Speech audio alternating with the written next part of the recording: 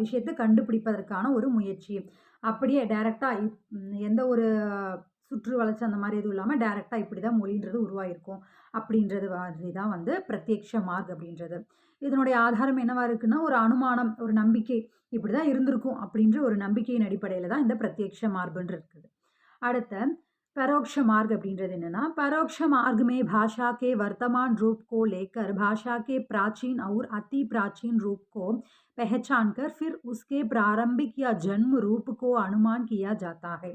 அதே வந்து பரோட்ச மார்க் அப்படின்னா என்னன்னா, ஒரு மொழியினுடைய வர்த்தமான் ரூப் அப்படின்னா, இப்ப பிரசன்ட்ல எப்படி இருக்கு அப்படின்றத லேக்கர் அப்படின்னா அத எடுத்துக்கிட்டு, பாஷா கே பிராச்சீன் और அதி பிராச்சீன் இப்ப பிரசன்ட்ல ஒரு மொழின்றது எப்படி இருக்கு?